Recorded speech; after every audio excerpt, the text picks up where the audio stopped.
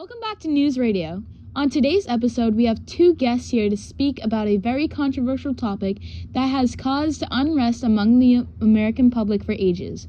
Welcome to the Watergate Scandal. Let's meet the mastermind behind this whole scheme. Fresh from jail, Gordon Liddy. Gee, thanks for that, Julia. What? It's not like nobody knew already. This is a common knowledge that you were behind the entire scheme. Anyways, let's move on to our second guest. The man this whole disaster was created for. The 37th President of the United States, Richard Nixon. Thanks for the warm welcome, Julia. I'm so happy to be here and have a chance to clear my name. Alright then, let's get straight into it. Liddy, let's start with you. Why don't you tell us, in your own words, the role you played in this incident? Okay then. I used to be an FBI agent, so naturally, I was put in charge of putting the whole plan together. No one else had the extensive knowledge that I did, sadly. I'm just too smart for my own good. But how did you become part of Nixon's team? Well, unfortunately, an agent's salary was not enough for me, so I had to quit the job that I loved so much. Eventually, when Nixon was elected, I just couldn't stay away and jumped at the chance to get back to what I love to do. Ah, yes. I do remember how eager this one was to get right on the case. He became one of my plumbers, a crew of men designed to stop and fix any problems that I had.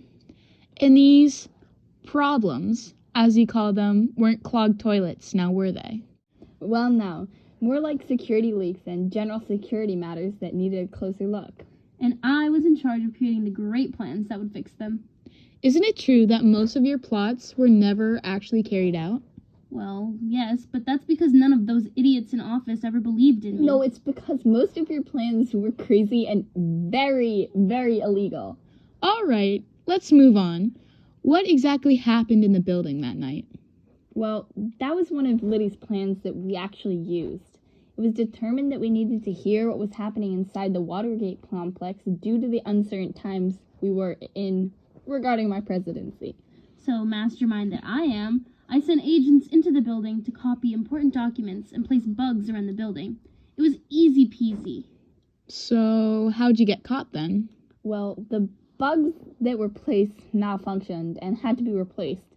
So we sent people back in to quickly replace the bugs. It should have been simple. Yeah, should have. But then someone removed a bug on a maintenance door. And this guy thought it would be a better idea to rebug the door instead of placing another one in a different spot. Someone noticed the door had been rebugged, called the police, and it was all over. Wow. Were you guys arrested? I heard that you, Nixon, were given an official pardon. Yeah, of course he was pardoned. He was best buddies with Ford. So when he became president, Ford gave him a pardon for all his crimes, while I was sentenced to 20 years in prison, even after he tried to withhold the White House tapes from the public. What did you want me to do, reject his pardon? But I thought you only served 4.5 years. What happened there? Well, eventually Jimmy Carter shortened my sentence. Of course Ford would not do that. I had to wait for Carter to come into office.